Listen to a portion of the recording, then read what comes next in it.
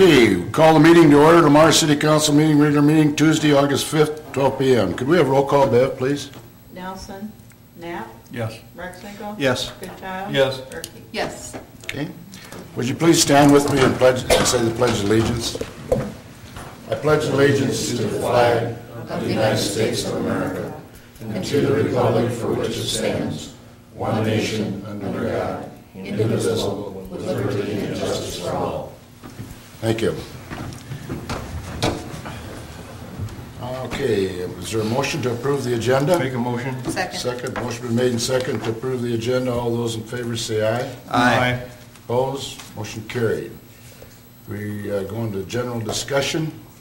First of all, I'd like to welcome everybody here in the chamber, and Bennett from the Mars Daily Sentinel, and especially you people that are watching over television at your places. First thing on the general discussion is the Premier Communications update, and I believe Scott and Angie are here to kind of tell us what's going on. I appreciate the opportunity, You bet, Scott. and I'm gonna You want me to ask move? some of you folks to move, or you're gonna get blinded and I don't need to move this thing. This one. Is that good? You see? This is all the anxiety portion of it, when you pray that it turns on. There we go. So, yeah, it's good. Okay. We'll let it warm up here a second.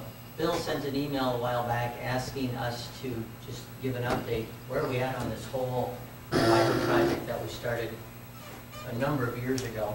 And so we're thrilled that you asked us to do that, and it won't take a ton of your time, but yet want to kind of give you the full picture of what's happening or what has happened in the community.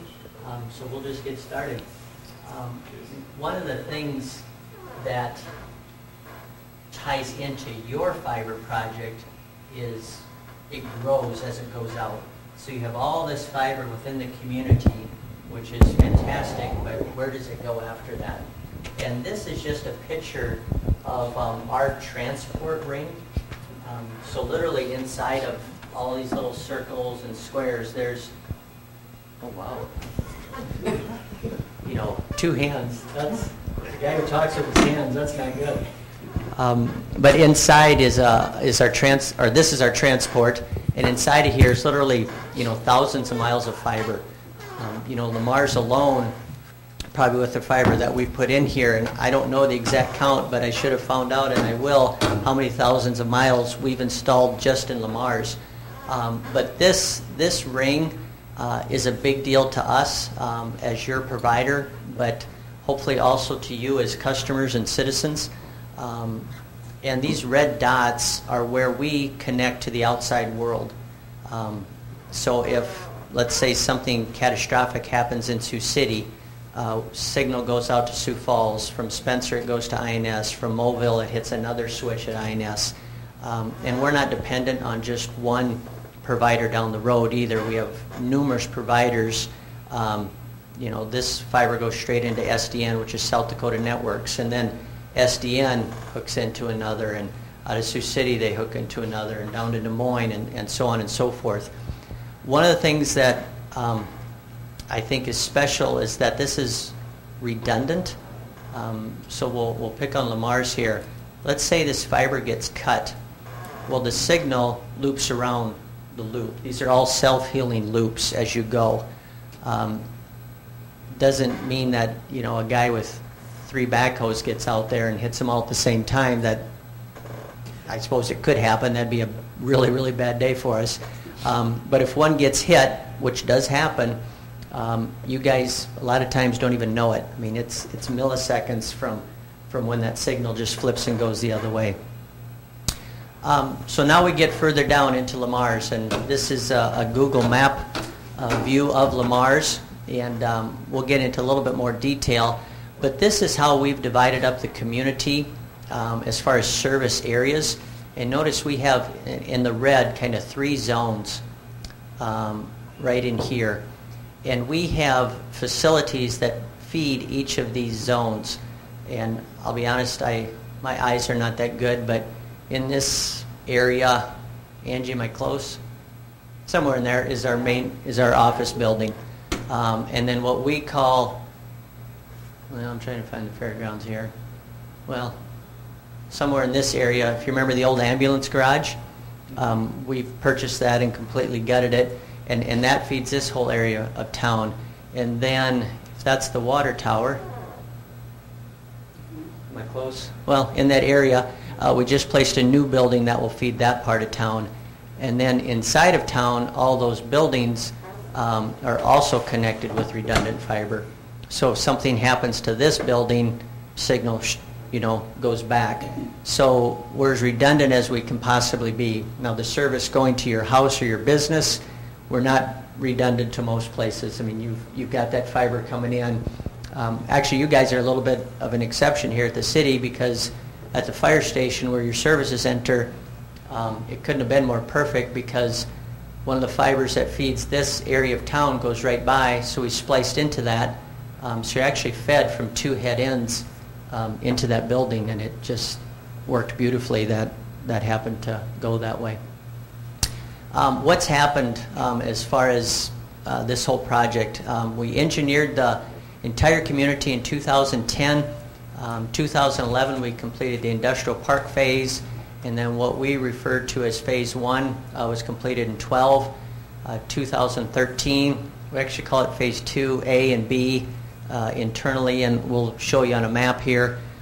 Phase 3 is undergoing, and most of the conduit has been placed to I think it was just shy of 1,000 drops services were put in on this phase, and I believe next week they're actually going to start the first half of splicing all that fiber, and then I think the third week of September they'll start that second half, and then next year is the final phase. And I'm going to kind of go to this map. Could you flip on a light here? Now Angie and I put the lines on here, so we're not liable. But when we talk about the industrial park phase, that's this phase right here. Our phase 1, which was, where did phase 1 go? I call it phase 2, I guess. Why we didn't call this phase 1, because it goofs me up all the time. But this was a rather large phase, and inside of that was a smaller one. This is the one we're currently in. This is phase 1, excuse me. That was the initial. And then we divided 2A and 2B just because it was a large chunk to take off. This is the one we're doing right now, and then next year we'll finish up here and this little circle here. And then everything in this area will have fiber capabilities to everything. I mean, it's complete. And one thing we were very conscious of, matter of fact, these blue dots, we did those immediately the first year, just because those subdivisions, people were starting to move into it, and that's maybe something we take a little bit of pride in. If somebody puts a subdivision in, we put everything in even before there's a house there. That way the customer doesn't have to wait for service, it's waiting for them. And honestly, I hope that helps you as a community recruit people who are coming. So phase 1, again, completed in 2011. We put in 75 services to the industrial park. Investment in that, I'm going to say small phase, was roughly $470,000. Phase 1, we put in 935 services. The investment of phase 1 was roughly $4.2 million. Phase 2, which was completed in 13, 853 services. Again, an investment of roughly $4.2 million.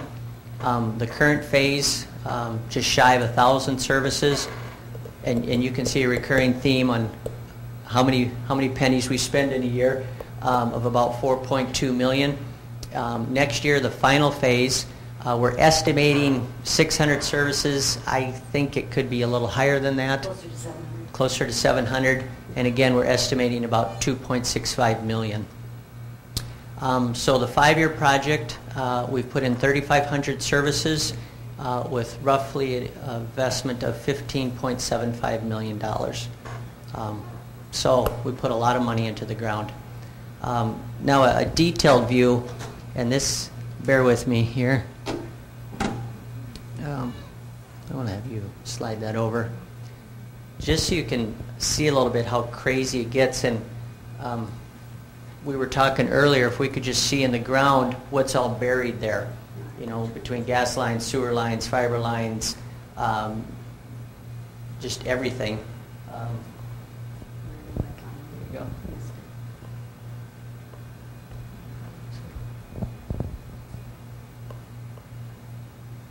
There it is. My bad. Keeps wanting to go right.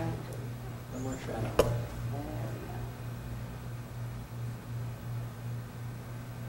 So this,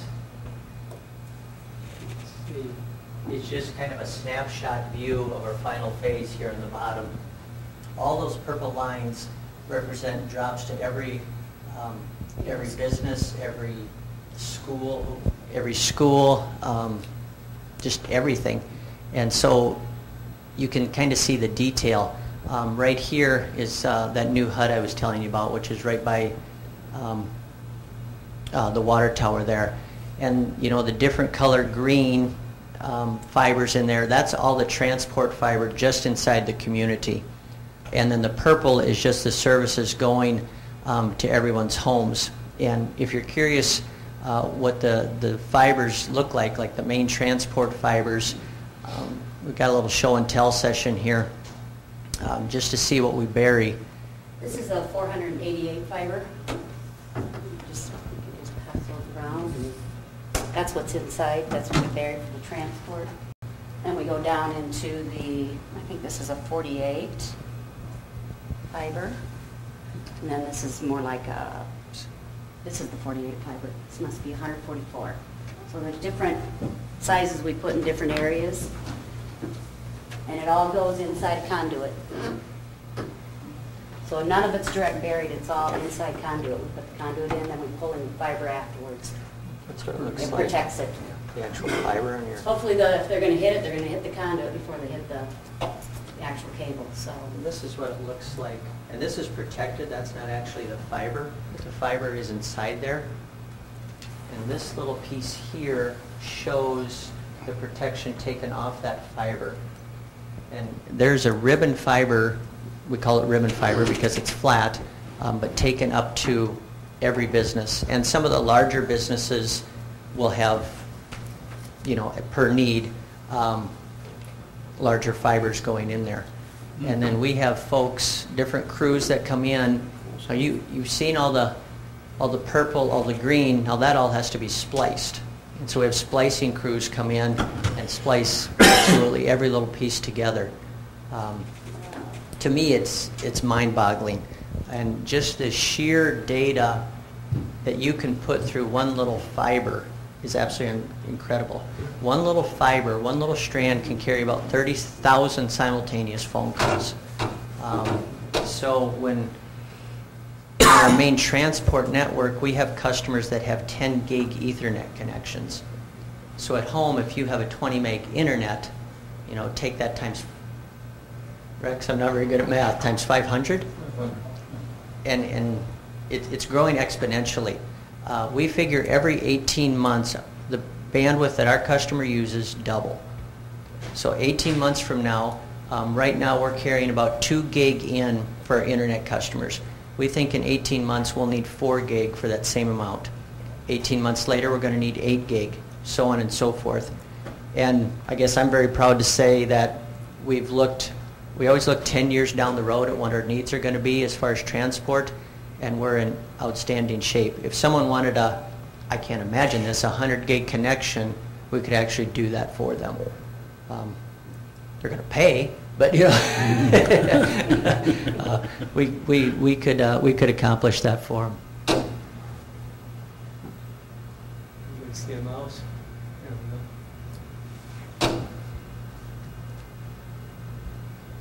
That's kind of the detailed view.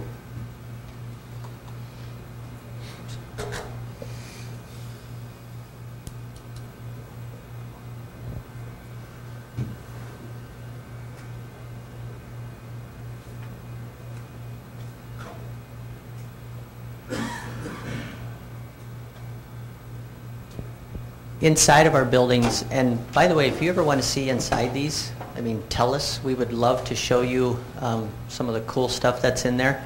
But as an example, in our main building, these are just some of the racks that we have sitting in the back.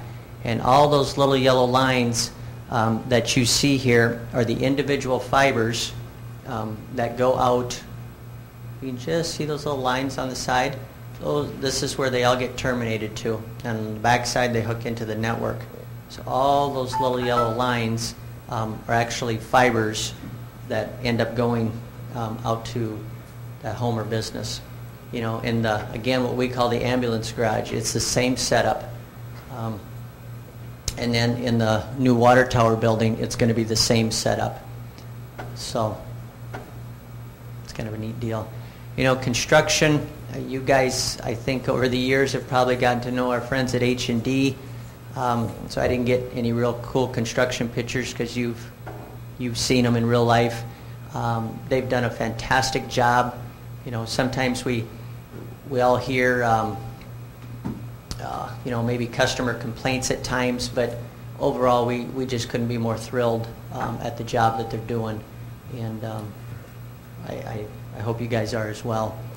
You know, some of the highlights, literally thousands of miles of fiber we've installed in the community to every corner of the community, and honestly outside the community too a little bit where there's housing areas. Again, our fiber plant is built out before it is needed. We're waiting for when those people move in. Redundant network, I put an exclamation point there because that is a big, big deal, especially if you're a business. You know, if you need that to work, it has to work, and so that's there. And you know, we're here for the long term. We're not investing this type of money and not paying attention. This is as big a deal as it is for us, so it's good. And it's about the future. You know, we're building this network looking, honestly, 30 years down the road. Where's it going? And no one knows, but this is our best guess. And so, but we also have, and you may be seeing this on your homes, but this is what gets installed to people's homes and businesses. I'm gonna grab the one here quick. This will be on every house, every business that lets us run a fiber up to them. It's always in conduit, like I mentioned before, and then we also place another cover over when it comes up the side of your house, you know, to make it look nicer. This is an ONT where the fiber comes in, and then this hooks into here, and that's what brings everything into your house. And then we also have to put power supply in every home because this is run off of a power supply, and it's also got a battery backup in it. So this is what we're installing inside when we come and cut over and hook up. There's a battery that'll last for phone for hours. 8 hours, I think. 8 hours, I think. So that's why we have to get in and need an outlet, which we are also taking care of. Putting the outlets in, we don't have the customer pay for that. We pay for all that. So that's why they need an outlet, because this runs off of power and we have a battery backup. So that's about it. Any questions from anybody? How many people do you employ here in town, Scott? In Lamar's, we have 4 techs that serve out of Lamar's, and then Angie and Dawn. So we have 6 just in Lamar's. Yeah. And your construction, H&D, there's Oh heavens, I couldn't tell you how. They have crews all over the place. And they have been here for 3-4 years. Mm-hmm. Matter of fact, they've purchased homes here in Lamar's. They've also purchased homes in Sioux Center and Hull, and because we use them on all of our projects. So when they're going gangbusters, they're probably running 5-6 crews at a time, and they. And your home or headquarters is out of Sioux Center? Mm-hmm. Yep. And we have a retail office, or an office here in Lamar's, and we also have an office in Sanborn. So, Sanborn? Oh, okay. Yep, that was one of the old original offices. So, is this privately owned? It's owned by stockholders. Stockholders? Yep. Mm-hmm. If you wonder. Yep, and we serve 22 communities. So, And you guys are as fancy as it gets. Appreciate that. But any other questions, Bill or Scott? Battery backup, what does that mean? Just you mentioned phone. So if power's out, your landline would still work. Your television too? Well, your Or TV's your- not going your to work TV's Internet? not gonna work because your anyway. computer. True, because it's not on. That's Yep, true. yep. You're right. We're required to make sure your phone works. Oh, okay. That's Okay. part of the FCC requirements. So That's true. The rest of it will work, but it's for the phone mainly. Okay. Well, thank you very much, Scott and Angie. We really appreciate it. And most of all, we really appreciate, number one, what you've done for Lars, coming in and taking on this kind of an investment and upgrading our service to our citizens here. And we want to thank you. well, it's been a good project. Obviously, we're betting on you guys. Real good. Okay, moving on. Is there any other citizens or anybody else has anything on general discussion? If not, we'll move on to thumbs up award. John? Nothing, Your Honor. Clark? 2 thumbs up, Galen Catholic Baseball. They did a fantastic job. The outcome wasn't what they wanted, but they've got absolutely nothing to be ashamed of. I would venture that. Nothing to add? Rex? Nothing to say. Okay. Consent items, going on to C. All items listed under the consent agenda will be enacted by one motion. There'll be no separate discussion on those items unless a request is made prior to the time the council votes on the motion. And today we have 7 of them. Approval of the July 15th, 2014 regular meeting minutes. Number 2 is a list of bills for the period ending 7/31/14. 3 is a renewal of the liquor license and beer permits for Sweet 16 Lanes, Casey's, the Truck Stop, and Godfather's. Number 4 is an FAA grant agreement. Number 5 is a surplus property equipment. Number 6 is urban revitalization. And number 7 is tax exemption request. And number 7 is a Skilled Iowa Initiative. And I'd like to Lana pull 7. wants to pull number 7 for discussion. Okay, Donna? Motion to approve consent items 1 through 6. Okay, there's been a motion made to approve items 1 through 6. Is there a second? Second. Motion made and second to approve items 1 through 6. All those in favor say aye. Aye. Opposed? Motion carried. Number 7, the Skilled Iowa Initiative. I can't do anything over the weekend, so I spent the last day and a half trying to get information on this. Because I just really don't like the idea of putting the city's name on a site to be used for marketing without knowing what's involved with it. And basically what I was able to find out, the National Career Readiness Certificate, any employer can recommend or access that without signing this whole agreement. Basically, the agreement allows them to use your name as one of the employers that recognize that certificate on their website. So it's strictly for their marketing purposes.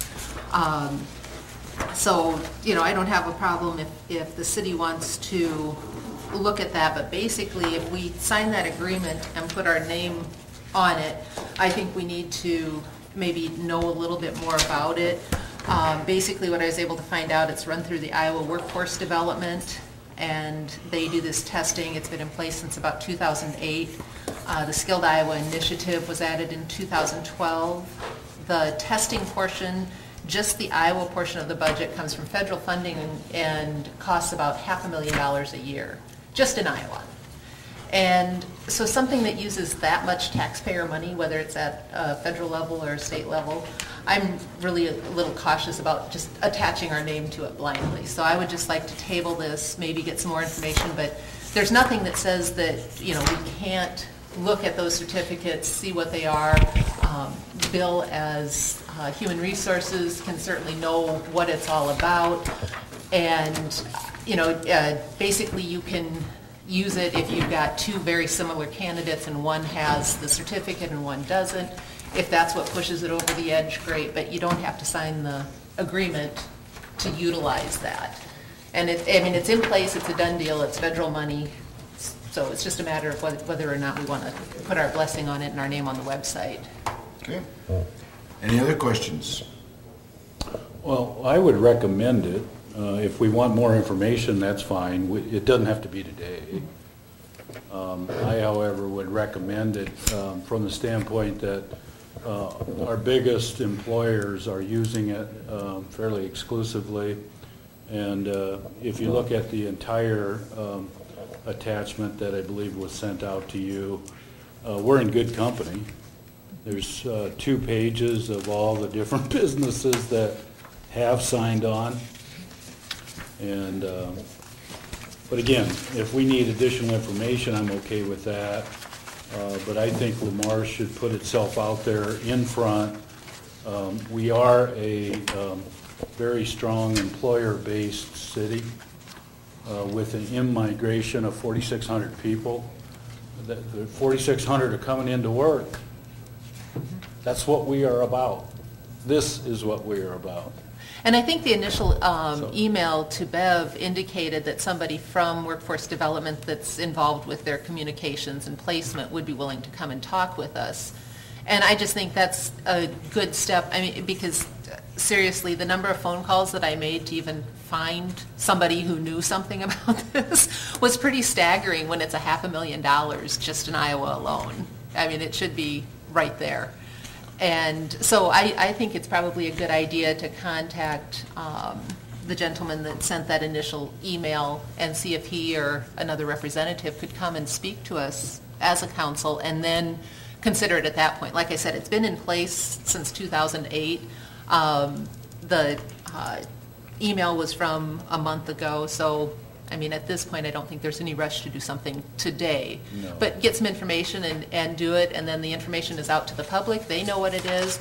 I just want to make sure that prospective employees don't see it as yet another hoop they have to jump through. It's completely optional. Yeah. It's something they can use to enhance their resumes, but I wouldn't want to see it as a requirement.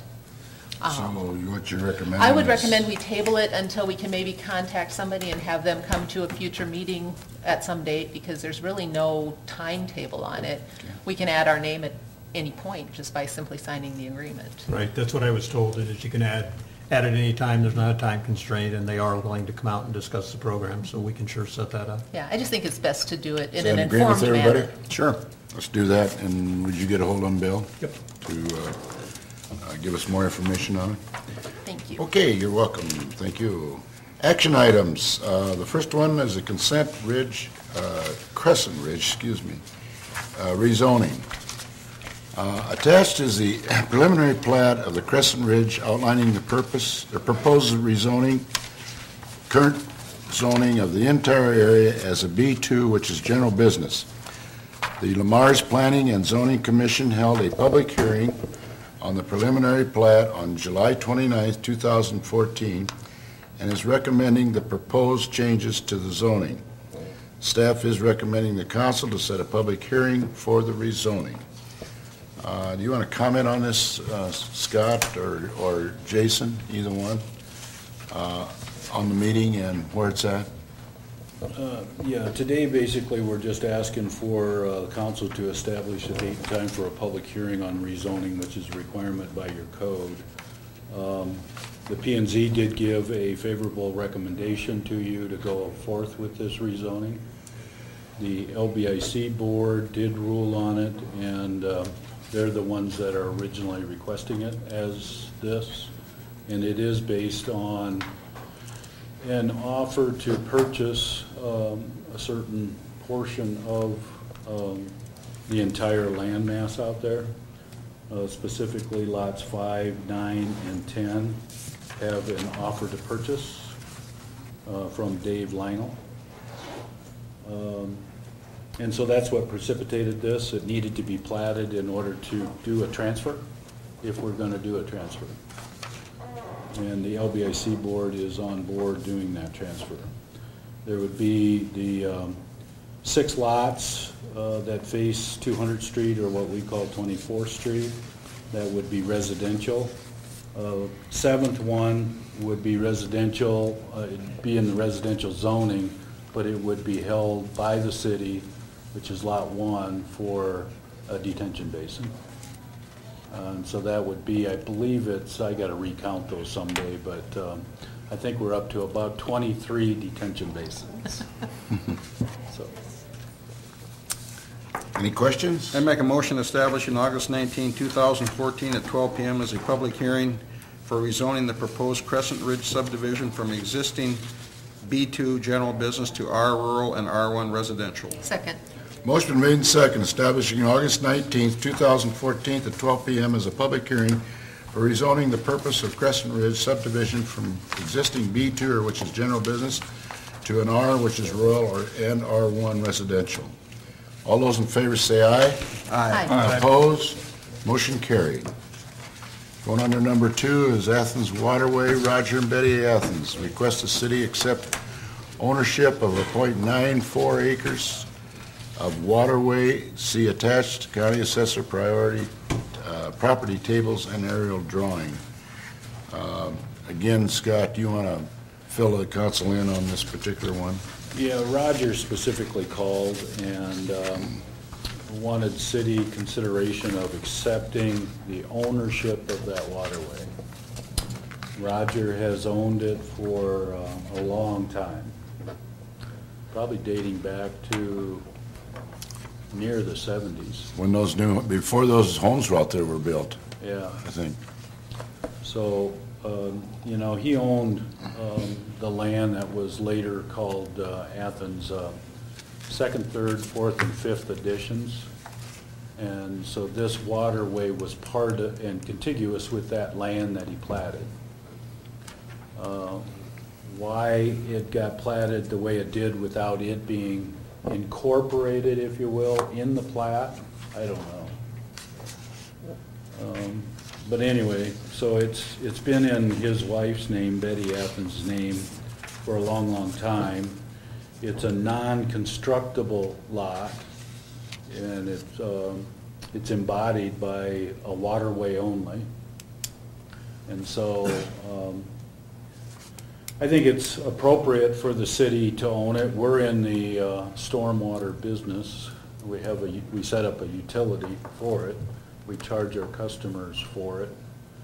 On the other hand, waterways are typically granted onto the city via easement. In some isolated cases via ownership. So in this particular case, it'd be by ownership if we do accept this.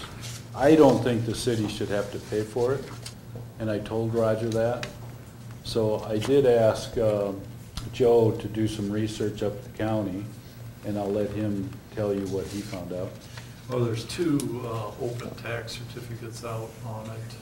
This property's been sold on tax sale 3 different times. The first one lapsed.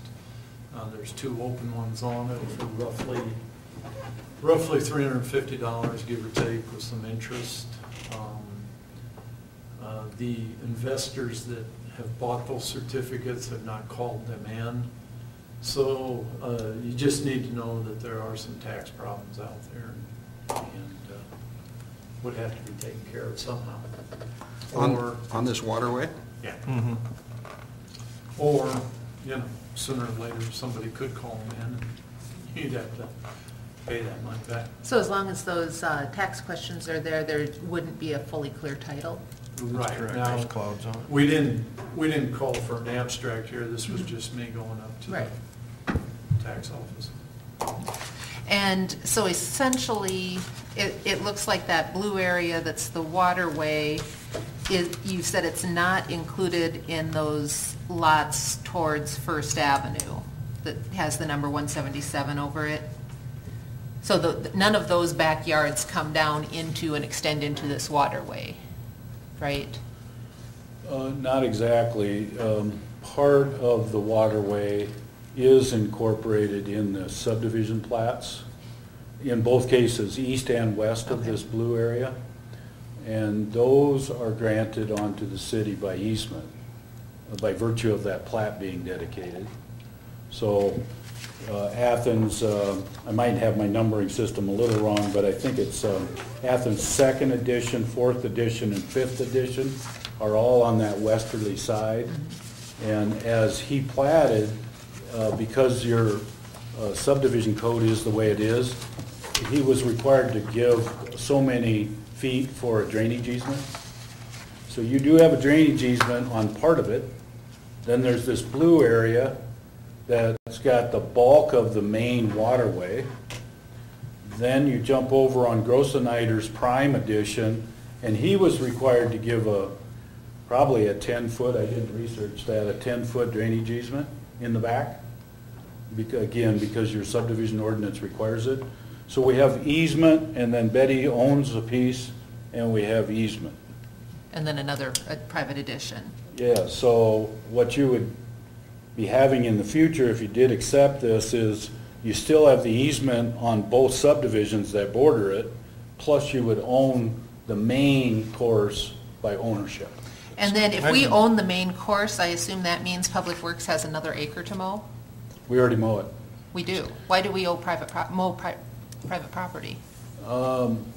Because a request came in from Roger Rex, you've been here at that time. It was late 1990s, and he requested, hey, the city is the only benefactor of that whole thing, and so the city, you maintain it. Have there been any drainage issues? Over the years, we worked on it, John, probably, this is a guess, but at least 4 times. I was gonna guess 4. But it's been every time when we get 100-year floods, and we've had them every 3 years now. So we were doing maintenance work on private property, basically. Yes. Not just maintenance work, though. It was, we were making improvements. We put in tubes, we put in twin tubes.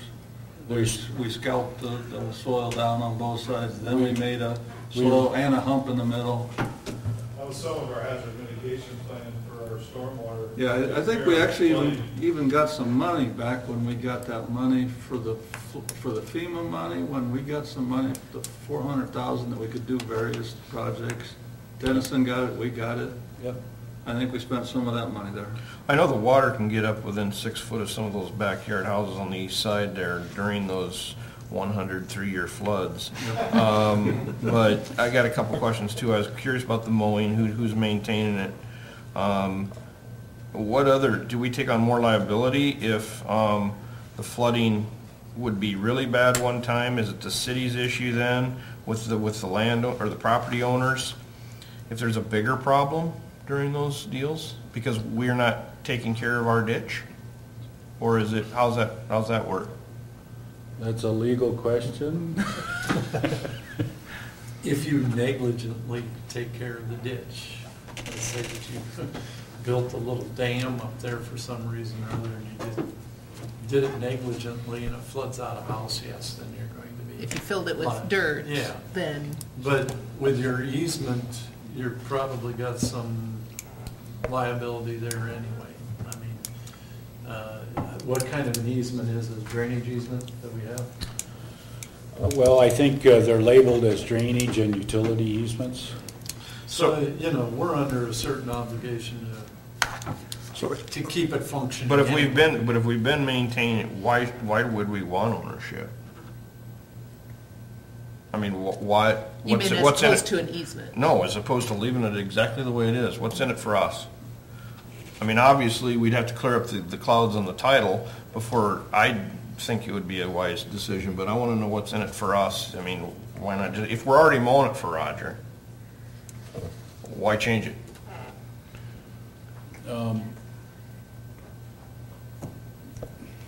They're little to no benefit to the city. What's the benefit to Roger? Taxes, He has to pay, somebody has to pay taxes when it's private. yeah. And The that's where taxes you are not cut getting your paid at this taxes, point. Joe. I don't think they've paid the taxes So- on that, have they? No, That's why it's been for tax sale. 3 Yeah. times. Right. But I think since we've been starting to maintain it and doing these improvements, I don't think we've got the water up to within the 6 feet. Because most of those improvements have been done the last 10 to 15 years. and we've been down there a couple times when we had the other detention basin, and we've cleaned it out all the way down through Dean's and McDonald's and stuff, and I don't think it's got up as high. I think one time As it it did, was. Rex, because there was a house for sale up there a couple of years back during one of those big periods, Right. and it was, but it was within 6 foot of the back end But when it was I would say for the most of it, and that used to happen more frequently. Okay, Is okay. all I'm saying. All right. And I think you're probably both correct. After I don't know what year it was, but we got like 4 or 5 consecutive rains Yep. in late July, August, and September of that year. And that was before we put the circle of riprap on the outlet of the basin down by Central. And so that did a major job of keeping the water in the basin and not flooding these people down here. Because we had water in the home that's at the corner of 2nd and 15th. Because it came so fast. Oh, across the street. Yeah, it came out of this waterway. It filled up the detention basin and came across so fast that it wouldn't have room to go down. Sure. If you look in the basin now, we've got boulders, basically, riprap. We got a rim We've all got the a way rim around the around outlet. that slows down the water from being able to get into the outlet to go down. There's no question, and again, it's more of a legal issue or legal definition, but from an engineering standpoint, there's no question in my book that the city is 100% user of this, our stormwater. We've got a basin, detention basin that feeds water to it, and we got countless storm sewer pipes that discharge into it. So That little there is triangle, no way, Clark, that the city can disclaim itself from this parcel. By And I now, would say, and Joe, you speak here, the fact that it's unplatted and privately owned doesn't mean that we don't have an easement. I would suggest that, and other attorneys have said, we have an easement by prescription because of the way it's being used. So really, it's probably not a benefit to answer your question, but I do think it would clean up what is kind of a legal mess right now. is that box culvert down in the corner on 15th, is that on that little triangle city-owned? Where that box culvert goes across over to 2nd? That's also city-owned. So that is city. Yes. And is that larger area where that blue is bigger? That's a lot. Well, I mean, where it's blue. That's part of it. Murphy's house, Murphy's. Yeah, but it gets a little bigger down there as you head towards the west. That's not big enough to do detention basin 39? Well, I don't know. I mean, I don't know if there would be a benefit like that, because, then that would further slow the water that's coming from farther uphill up the way. I guess I'm not opposed to looking at it, but I would like to see it brought before us again once the tax problems are cleared up. I don't think it's fair to the city to present something that has tax issues on it. If And- those want to be cleared up by the parties involved, great, and then bring it to us and we'll look at it again. and assume ownership at no cost. Yeah, Yeah. that's why I Yeah. don't want to be clearing up somebody else's tax issues. Yeah, I felt likewise, and that's why I suggested the motion that I did, subject to an unencumbered title. So you would be approving it, but only if what you all just said turns out to be. And No transfer no title documents. work costs or anything to the city. The only thing that Roger had asked is the city attorney going to write the deed? We'd That's want- normally a seller's cost. Yeah, but we'd want the city attorney to write the deed in this case, wouldn't we? I felt that way just So that we because. can make sure it's written right, because this is kind of a goofy blue area. That's fine. I mean, I've got no problem with that. I mean, I would feel more comfortable if Joe says, yeah, that's what we got. And we're all done with this thing. So that's what I meant by transfer documents. That would be the deed, the groundwater Water statement, statement, yeah, and the declaration of value. Right. So if Joe would prepare that, that would be our cost, but no other cost. And subject to somebody clearing up all that tax problem. Absolutely. But And what that else? somebody's not Joe. No. Not the city. Yeah. Yeah, somebody else besides the city. Now, Well, what- Joe, Unless Joe wants to do it as a donation. Joe would give us a title, Joe would give us an opinion, you know, right? That's, If you want to go through that much. well, I mean, with tax issues, shouldn't we get a title opinion? I would think so. I would too. I don't know if any of that's been mortgaged, we never, you know. Yeah, I think just- we need a title opinion on it, and that's a buyer's expense, or in this case, a receiver's expense. now what about I've got no problem. does with Joe that. need outside assistance to prepare a deed? In other words, survey work or anything like that? I wouldn't think so, given the fact that we have a parcel number, John. Okay, so we have a well-defined parcel description that he can use in his deed. Well, we have right on there, it's about the sixth line down, there is a legal description, that's a partial. And I have not researched the record, no one has, Well, if- on exactly what the legal That legal description. description has to be a full page. If there's Yeah. an abstract brought up, it should have That. a legitimate legal description on it. Yeah, I agree. And I guess what I'm saying is I don't have a problem with Joe doing the deed as long as, like I say, we don't need additional outside input That's true. to put into it. I do think, although I'm scraping for what the benefit is to the city, if it's being used by the city for our stormwater utility, and we know it's going to be a problem because there's no economic benefit a private sector can gain from owning this. They only have liabilities. They have general liability as well as tax liability. And that water's gonna come from there down through there. And the As long water's as we're coming. alive. Nobody can stop it. That'd be unlawful for anybody to stop it, including Betty Athens. So as owner of the property now, they can't do anything to modify the drainage now. They would be on serious legal problems if they did that. So I just think to clean it up, and we're in the business, I do think it should be transferred.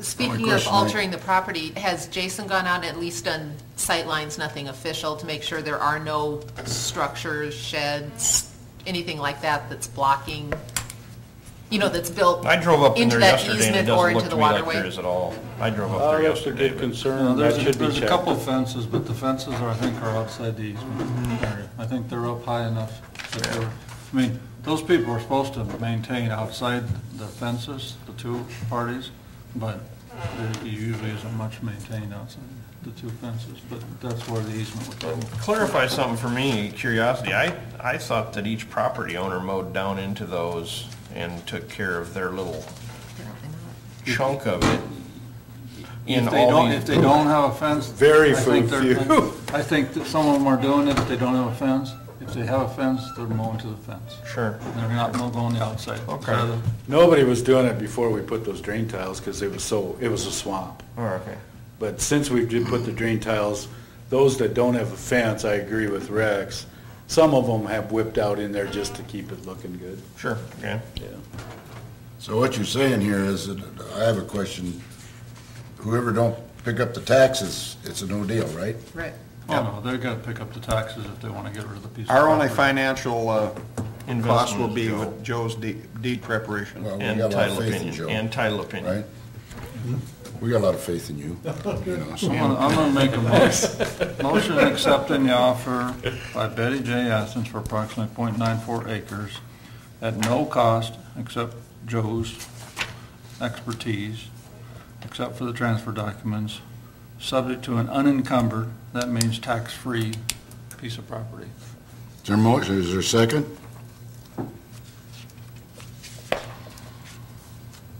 I get a second? I'll second that. Motion made and second, accepting the offer proposed by Betty J. Athens for approximately .94 acres of waterway at no cost to the city with Joe's expertise, and accept transfer documents subject to unencumbered title. All those in favor say aye. Aye. Oppose? Aye. So So what we're saying is, like I say, it's only his cost. If he needs additional help, It doesn't get done. You don't get that. That's the way I look at it. all right. I'm aye on the positive. So it's 3-1? 3-1, yeah. I wasn't sure on that either. I think you need to call Roger and Betty and tell them, yeah. you gotta get the taxes paid, And here's otherwise what- it's not gonna get done. And I wouldn't be opposed if it was already cleared, I just don't like not having it cleared beforehand. No, and I don't mind your comments either, I just wanna, I wanna make sure it's done too. It's gotta be paid, not just the past taxes, but there's probably current ones that have not been sold to taxes yet. That's gotta be cleared up too. Up to date of Date of the closing. sale, Date. up to Date date of of the sale. sale. I mean, you know, and it's, Data transfer. It's not Date of that way. transfer, exactly. I mean, just the Yeah, old keep not calling gonna it be good sale, enough. it's transfer, right. Okay, moving on, D3, ordinance amending speed limits. Attached is an ordinance establishing the speed limits. An ordinance amending Chapter 140 Controlled Access Facilities of the Code of the Ordinances of the City of Lamar's. Be it enacted by the City of Council of the City of Lamar's, Iowa as follows. Section 1, Section Modified 140.04, the Code of Ordinances of the City of Lamar's is repealed and the following adapted in lieu thereof. Speed limits. Number 1, speed limits are hereby fixed on the extension of Business US 75 in the city as follows. A, 45 miles per hour from Blue Bunny Drive to 500 feet south of the Airport Drive. B is 35 miles per hour from 500 feet south of the Airport Drive to 100 feet north of 4th Street North. C is 40 miles per hour from 100 feet north of 4th Street North to 100 feet north of Floyd River Bridge. D is 55 miles per hour from 100 feet north of the Floyd River Bridge to north corporate limits. All ordinances or parts of ordinances in conflict with this provision of this ordinances are hereby repealed. This ordinance shall be in full force and effect from and after its passage, approval, and publication as required by law. Scott, aren't C and D already in place? And isn't that the state's, doesn't the state set those speed limits? Go ahead. Correct. All I did was just took what was in the code book already. Okay. And just modified it to the new speed limits. Okay, but like I said, C and D doesn't change, that's what it is now, and that the state is the one that C&D, yeah, dictates that. that's the same. All I did, the easiest way was just to remove that entire section and replace it with an all-new section. But C and D are exactly the way, that hasn't changed any. Right, and we can't change that. No, because the state owns it. Right. And A and B, A simply took what's 55 down to 45. And B extended the 35 that already exists to where it's currently 45, right? So it extended the 35 section and changed the 55 to 45. Just because otherwise you start looking at this and nobody's going to understand what's going on. The amazing thing is the number of people that believe the only reason we're doing this is so we can write more traffic tickets. Amen. And I've had calls. I can't believe that that's what anybody thinks when they actually go out there and drive. The approximate cost is 30 seconds a day if they drove the speed limit. 30 seconds a day to avoid, half a dozen major accidents every couple of years. Seems like a pretty small price to pay. I think we should at least give it a shot. It may not work, but my agenda anyway is not to write more tickets.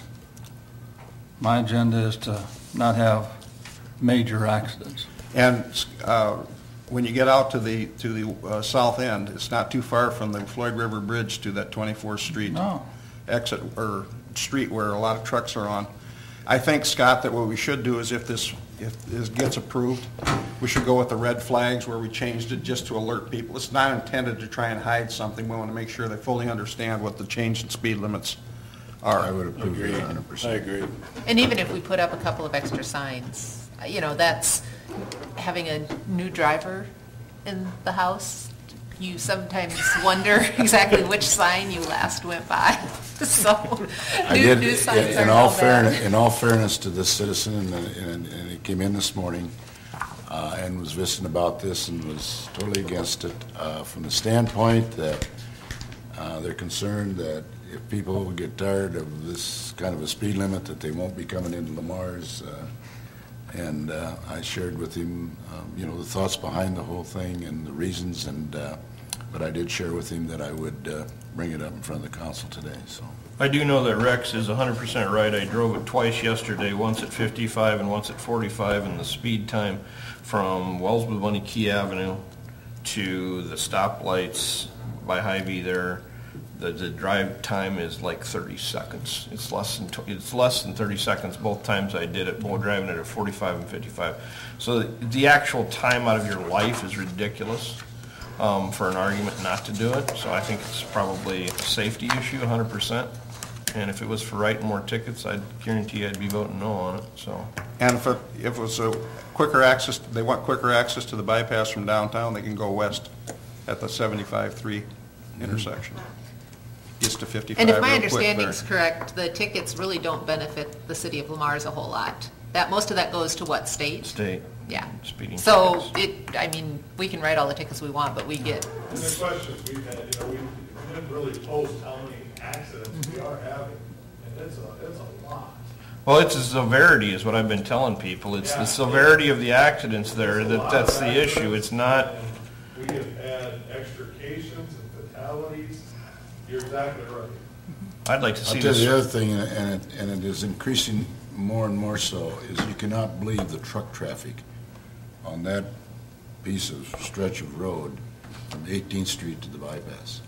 It is absolutely unreal, the amount of trucks that are coming in and going out. Well, I think we should definitely do all 3 readings of Yeah, I this, agree. but I would make a motion approving the first reading of ordinance 922, amending speed limits. Second. Motion made and second approving the first reading of the ordinance, number 922, amending speed limits. Could we have a roll call on that, Ben? Knapp, Yes. Goodchild. Yes. Turkey, Yes. Yes.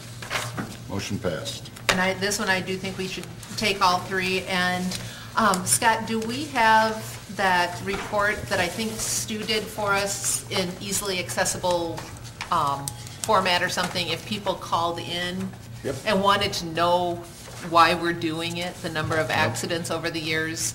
And that does that include just somebody bumping into the back end of somebody? Okay, so that includes. Reportable accidents.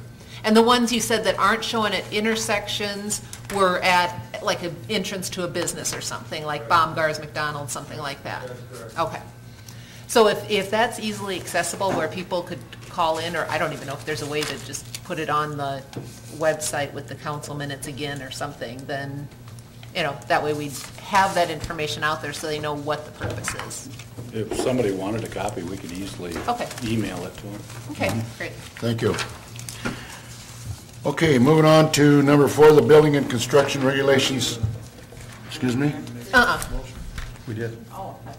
No, I think we need to let it. No, we're gonna let it, She's we're gonna let it saying go. She doesn't want We're gonna to. let Ken vote on it next. Let it run its Yeah, course here. Yeah, exactly. This is something that affects everybody, so we have to have all 3 readings. We don't yeah. wanna do it with 4 people, too. And trust me, there's nobody that likes driving fast more than I do, but We got to look at increasing I the speed haven't on gotten a Case picture. 49. Okay, We got to get to this. number 4, building and construction regulations update. The code enforcement officer has tried to stay consistent with the state of Iowa by adopting the same building code standards. This ordinance will update Lamar's plumbing and energy codes. Jason, you want to talk about this or visit about it in regard to what you've done on it? Just like it says there, I mean, a typical, try to keep consistent with what the state has, so we're not trying to explain different codes to different contractors. Try to stay up to date with what the state adopts. And actually, the state has had these 2 updates for probably almost a year now. So, Does this put any more liability on the city? Or less liability, or? no. Okay. It's a matter of every contractor needs to understand the building codes. Yeah, and I mean, and you can look at it, I mean, just like with everything, I mean, we can be stricter than the state, but, since the state has adopted it, individual jurisdictions such as ourselves can adopt that same thing where we can make changes to it. But our changes can only make it more strict, not more lenient. Yeah, should make it any linear than what the We state can't does. say build whatever you want. Yeah. So, I mean, since the state had already adopted this now, especially if you look at it, not much has changed in that plumbing code. But what is different and is new to us would be the energy code. The HVAC part of it? Yeah, well, it's the requirements for the installation ratings Well, and the leakage test. walls and those type of things. Now, that is new to us, although the state has had that adopted. Contractors are supposed to be following that anyway. I mean, if we don't have it specific, the state does have it specific, so that covers the entire state anyway. So Right, so who's gonna test for the leakage? That's up to, it's got to be a private contractor. Private contractor's gonna According test his to the own? code. But I think Rex, like It's to get not the city. rebates, to get rebates. Mid-America does it, I understand. And Right. but is Mid-America kind of the person that's overseeing this? Well, the only time I think Mid-America would come out is if you apply for the rebate. If you don't apply Right, for so the if you don't rebate, apply, then who's gonna check Yeah, that good it's point. 6 CFM per 100 square feet? According to the code, it's supposed to be an independent contractor, now whether that's Mid-American or who, not the city. The city, I don't go out there and stand. So and it's somebody watch it. else is gonna come But out to they- somebody else's home? They need to perform the tests that are required and then supply the documentation to the city. Yeah. Great. Well, anyway, even if it would fail, it's still a contractor responsibility. I mean, right. I make a motion approving the first reading of ordinance number 923, amending chapter 155, building and construction regulations. Is there a second? Second. Motion been made and second approving the first reading of the ordinance of number 923, amending the chapter 155, building and construction regulations. Could we have a roll call, Bev? Knapp. Yes. Gerke. Yes. Rexico. Yes. Yes. Motion She carried. doesn't even let us do the second and third on this one. So No. I figured we're only doing one. We just assumed that, Rex. We'll do this. Stop one sign more time. request. See attached requests and photos from Mr. Greg Brandt, President of Norham.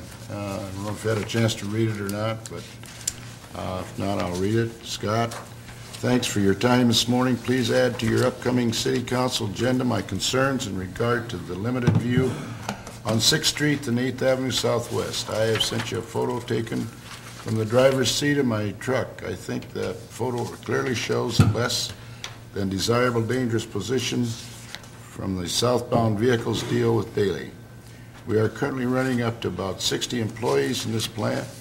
Lango Plumbing and Heating has another 12 employees across the street. With the employees coming and going and the semi-traffic it takes to have work for that many folks, I feel it is in everyone's best interest to replace the stop signs on the north and south 6th Street. And I want to clarify that because I went out and looked at it. It's not north and south, it's the east and west ones. We've already, Everything's screwed up. we've already replaced or put back the ones on the north and south one. It's east and west. We never removed them, I don't think. Yeah, we did. At this time, I am willing to hear from Derek Langle. I have, however, been told by staff that he and I share concerns. So, we've made contact with the Lamar's Police Department. They first offered increased presence to slow down the east-west traffic. When we made a second request, they instructed us to approach the city council, see about getting a stop sign replaced. Have we had any issues at that I tell you. intersection? We've had a couple of accidents. Just since the change in the stop signs? I'd make a motion to make the intersection of 6th Street Southwest and 8th Avenue Southwest four-way stop. Return it to a four-way stop. For a second? Before we do, We would have to do it by resolution if you want to institute this. Okay? I too drove it. Wait a minute, we gotta have a second before we can, Well, I'm going to make it a resolution so 14-25. then I'm doing the second, so then we're gonna discuss. Okay. No. Before we do that, I drove it too, and I can think of 15 different intersections in Lamar's without even stretching my brains, where we've got very, very similar situations. And I'm not for this, and I'm not going to be for this, but that doesn't mean it won't pass. But a stop sign is meant, I mean, in my opinion, if there's accidents there, it seems to me like the person coming north or south is at fault. Because the other traffic, east and west, doesn't have the controlled intersection. So if there's more accidents there, it's the south and the northbound people. But if we're going to do it here, we better get up there by our waterway, by John Boyd's. We better go down on 8th where 8th intersects with Central Avenue coming up from the high school heading east, because you got to get your nose way out into Central Avenue to see around those trees. And we better get up on Lombardi on 7th, where you got to get your nose way out onto 7th in order to see around some trees.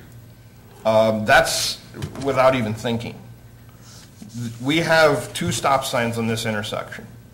If that isn't controlling it, I see absolutely no reason to go with 2 more stop signs. I think one thing you got here, though, Clark, is you've got truck traffic, and trucks don't get away from the stop sign nearly as quick as a car does. But if a truck's sitting in that intersection because he took off, and I'm coming from Walmart and headed to the Dairy Queen, I see a truck sitting there, I'm probably not going to slam into him unless I'm texting or eating my hamburger or fixing my hair. So truthfully, you're right, John, but it's no different than Hy-Vee. We have truck traffic there that slows that whole intersection up and becomes a total mess when people are leaving Hy-Vee and Dean's Foods and pulling up off of the side. I just don't buy Stuart, this. you got anything to add to this? Stuart, help us out here. When this whole thing started, you kicked this ball around the room a lot. And then you kicked it over to the Public Safety Committee, which I think was the best way to do it. You let that committee make recommendations. You took those recommendations, you agreed and disagreed with a few of them. And you went forward with removing, I don't remember how many stop signs. There really weren't that many. No, 8 or 9. Yeah. I guess I would just encourage you to not make a knee-jerk reaction to a couple of people's opinions. Push it back to the Public Safety Committee. Ask them for a recommendation and make sure that we go through the proper steps on this, because one day the stop sign's there, the next day it's gone, the next day it's back. You know, the one thing we owe the public is consistency. So whatever you do, I would prefer to take a slower approach and make sure that everybody's had time to evaluate it, instead of just deciding that, you know, we need to do this because, now, obviously these people deal with it every day, but that doesn't mean that it has to be, the stop sign's going to be a perfect solution. So I guess I'd like to see. Did you have officers go out there periodically? Were people speeding? Because that's 25 along there. And as far as I'm concerned, that dip in the road is a great speed It's deterrent. a wonderful speed bump. Unless you don't want the bottom of your car, maybe. Obviously, I'm not sure. when you put a police officer in the area, people generally drive accordingly. Okay. And we don't have a way to surveil it. I would say there's good enough visibility that you can't hide, so therefore you should be able to see if people are coming from the stop Right. sign. Right. So I guess I would encourage you to, you know, if we want to review it, let's push it back to public safety. Let's get those folks together, take a look at it, and come back and say, okay, we made a mistake. We want the stop signs back. But I think this was one of the ones that public safety decided that I think we could take them out. We wouldn't have made the recommendation otherwise. Yeah, I'm pretty sure this went Yeah. from, it had 4, Yes. a 4-way, and we went to the 2. And I think that change at least was appropriate for the situation. The visibility is the situation. And so by stopping the north, I think that really solves that vision problem. I don't also think that we've had necessarily an increase in accidents. We just have had a few accidents. But I don't think there's been an increase. I'd have to go back and do, like possibly a 5-year study. But that intersection is not historically, A bad one. a bad, as far as numbers, doesn't always have a lot of accidents. And if we're gonna push it back to the safety, which is great, I'm on board with what you're saying, possibly, and this may be add to the confusion, but why not put the other 2 stop signs out and take the north-south out? Let north-south go and stop east-west. If that's, because east-west is definitely where the speed is built. Because if I've got my malt and it's melting and I gotta get to Walmart and pick something up, Yeah, Clark, I disagree with you because people come out of the truck stop, they hit 8th Avenue and they're headed down 8th. Plus, I think for emergency vehicles, 6 would be a more major route to go down to get out to Holton and some of those areas, The right? emergency vehicle drivers, everybody has a shudder when they come up to 6th anyway, because like Dave was saying, if you're in a fire truck or an ambulance and you hit that intersection too hard, you're going to suffer for it the rest of the way.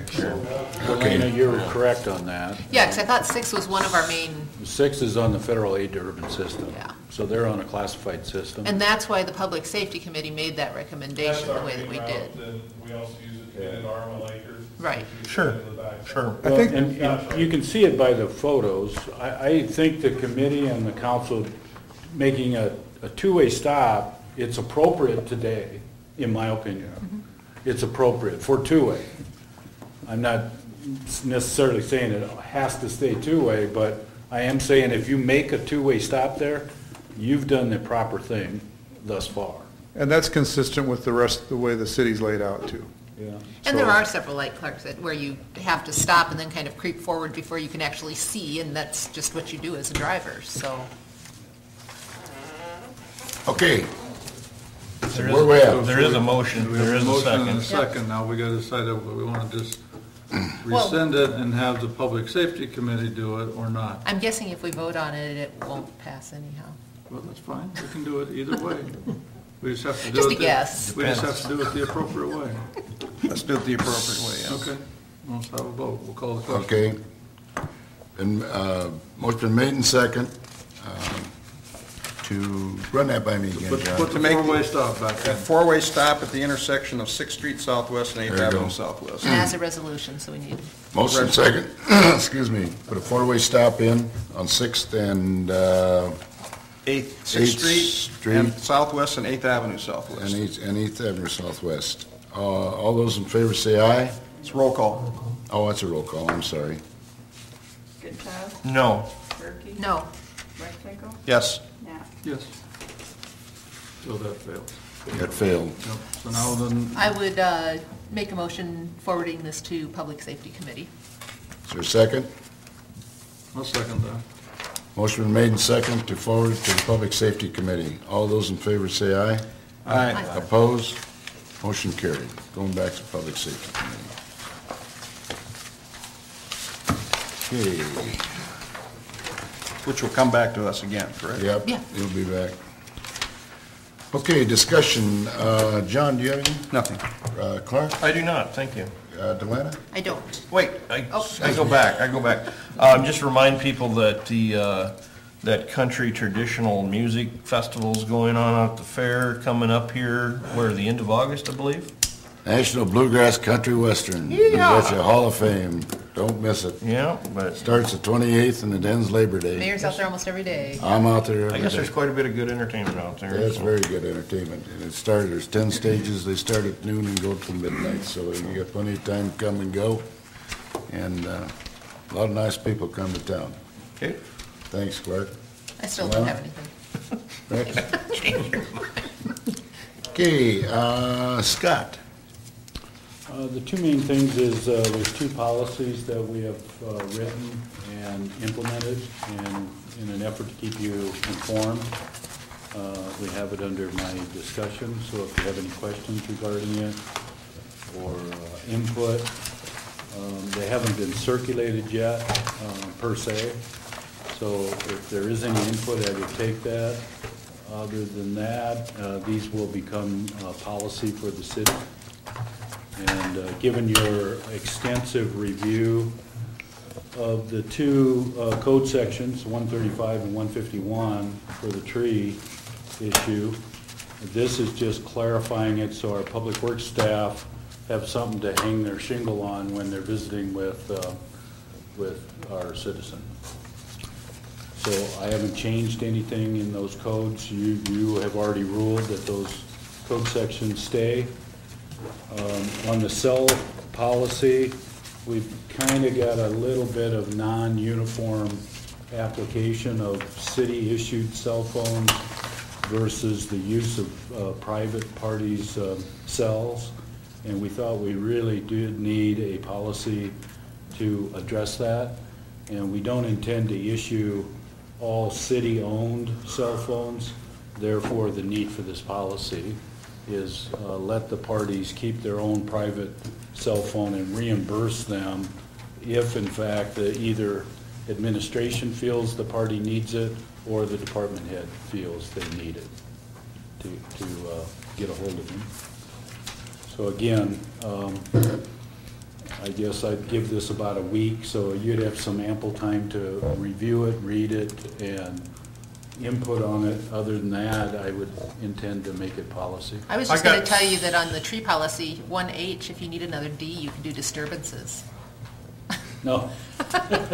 On the tree policy, I've got quite a few questions, actually, because I see gargantuous contradictions. First, you have the city's responsibility: death, dying, disease, dangerous, decaying, damaged, or downed. And then you jump over to the owner's responsibility, number 2, and you have decaying limbs and branches, dying or dead limbs and branches, damaged or broken limbs and branches, dangerous limbs and branches. So the way I'm reading this is that as long as it's one branch hanging in a tree that's dead, it's the property owner's. So if the city waits until the next branch is dead, it's still the property owner's, and we wait until the next branch is dead, it's still the property owner's. But at what point does the city's dead, dying, diseased come into play? So I would like to see complete removal of Section 2 under property owner's responsibility. And this goes back to the previous discussion when we were looking at changing this ordinance altogether. There is absolutely no mention of cost sharing. And if we want to... I can't do that because you didn't change Code Section 151 and it's already in there, Clark. 151. So, I disagree totally. Yeah.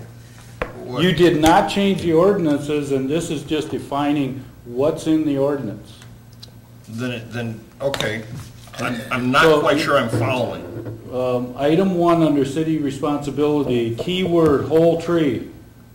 If in the opinion of city, the whole tree is got one of those definitions going on, we'll declare it that and we take care of it 100%. No cost share, no nothing. But if it's only one branch? If it's otherwise, the key word in item 2 under property owner responsibility, it's otherwise a live tree. But guess what? Trees have dead parts. That's why I called it as live tree parts. So if there's a decayed limb or two in an otherwise live tree, we're going to exercise item 3 under city responsibility. That's a live tree. So you got to take care of it. I think where the confusion is coming in, when this was pulled from the changes, that meant it stayed in as it currently read. And so in order to do any sort of cost sharing or anything, we need to go back to it again and actually revise the ordinance to include any cost sharing. But at the point where it was pulled, it was just said we're going to leave it as it is. And this is intended to be a clarification of leaving it as it is, right. Correct? This is leaving it as is. Well, I tell you, it's confusing because the city's responsibility is dying. So that means it's a partial tree. It's partially dying. It's not dead yet, so there has to be some life to it. Clean that up, put the word dead in there instead of dying. Well, I'm still confused because it sure looks to me like what we've successfully done here is thrown all of this liability right back onto the property owners who have those trees. And that was not... Whoa, how do you figure? Yeah. Because we can walk along and we say, take down that limb. Take down that limb. and next year we can say, now take down that limb. And pretty soon you got a partial tree. Well, boy, you gotta have a little faith and trust in your employees. We're not gonna purposely. Well, I'm not saying that, Scott. I'm just merely saying that if it's a danger, I'm not saying with no trust in the employee. I'm saying that if it's a danger that that limb up there is dead, and the city takes the time to recognize it, and it's in the parkway, it's in this area, that the city runs their boom truck up there and cuts the thing down. I still am back to, I think the property owner should maintain number 3 down there, the trimming, the pruning, the mulching, the watering, the pest control. That's fine, and the height clearances and the visual clearances and all that, but this section 2 looks to me like a lot of section 1 of the city's responsibility. That's all I'm saying. That's all I'm saying. Right, but that's what you guys voted to keep in when you kept this ordinance as it was, when we were trying to remove it and put it on the property owner. Because had we removed this ordinance, put it on the property owner, then we could have gone back and assigned fees or reimbursements for the cost sharing that you're talking about. If we would have put it back on the property owner, what would be on the city's list? Well, nothing, because then it's on the property owner. Oh, no, wait, the city can still walk up and say, hey, Clark, cut your tree down. Well, that means the city has some list, right? But if you want to talk cost sharing, we have to go back and redo the ordinance. We've kicked this can around enough. Let's get to a decision. Well, that's just. I think the decision's already made. Yeah. I'm asking for input. Right. And I'll take your comments under advisement, but I need everybody's. That's right. And then this is gonna become policy until the ordinance changed. And what this will also Period. The other question I had was, is give our employees a direction. Plus, it's good to have the contact on there. Sure. I do like that. That's right. Yep, and I wanted that order of hierarchy there, Yep. because we've got a lot of different personalities in Lamar's, just like every town. And so when party X or Y is not happy with the decision that your department makes, we know the protocol. And that's what's gonna happen, and the buck stops with me, and I'll make the final decision, if need be. But I want all you guys to understand that, so that we don't have a phone chain happening from the mayor down through council to every department trying to figure out the answer to this question. It's going to be a very simple process that it goes through Public Works, code if necessary, if it's code related, and some of the clearances is code related, and then it'll drop on either Bill's desk or my desk for final. But then basically what that hierarchy is doing, if somebody has a tree that they think is dead or dying, they contact Scott at Public Works and goes to his email. He goes out, looks at the tree, and makes the determination, has that communication, and then if they don't like that, then they follow down the line. That's right. So they have 4 routes to go, but it gives them a place to start where they can actually send an email and Yeah. say, I notified the city on such and such a date. Yes. And of course, we've always had the issue, if we've got a storm, you put your trees and the limbs in the parking, but if someday some limb falls down, and so you don't lay it in the parking then, because it's your responsibility to get rid of it. We're talking about storm-related issues where, That's number 2. right, Yeah, and we'll make a public announcement on that if we have high winds, if we have hail, if we have a mini tornado, whatever the case, ice a storm, weather issue. if it's weather, we'll get a notice out for this week, put them out by the curb. And then the city's gonna come by and pick them up. And we've always done that. Yeah. We've Right. always done it, so that's We'll why I continue wanted to do 2 that. in there, Right. so everybody knows. but people just need to understand, if you lose a limb on a tree and it's a sunny day, don't lay it down in the parking, it's your responsibility Thank to you, remove John, it. I agree. Yep. And keywords there is the removal by natural causes. And what could happen is if it's a down limb in the backyard and they drag it to the front. That's happened in the past, and so, I mean, we're not going to allow that. You can just burn those in your fire pit. Yeah. They regulate that. Okay, any other questions? On the cell phones, just out of curiosity, is there any mention of or is this employee handbook where, so, private cell phone use? I was just curious. I'm not sure what. Well, like if an employee's using their cell phone just willy-nilly at work, Oh. does that need to be in here, or is that more of a handbook issue? That would really be more of a handbook issue, and I think it's addressed in the handbook. Okay, I didn't, okay. That answer your question? Yep. Any other questions? Scott, do you have anything else? That's all I have. Bill? Nothing to do. Good. This time,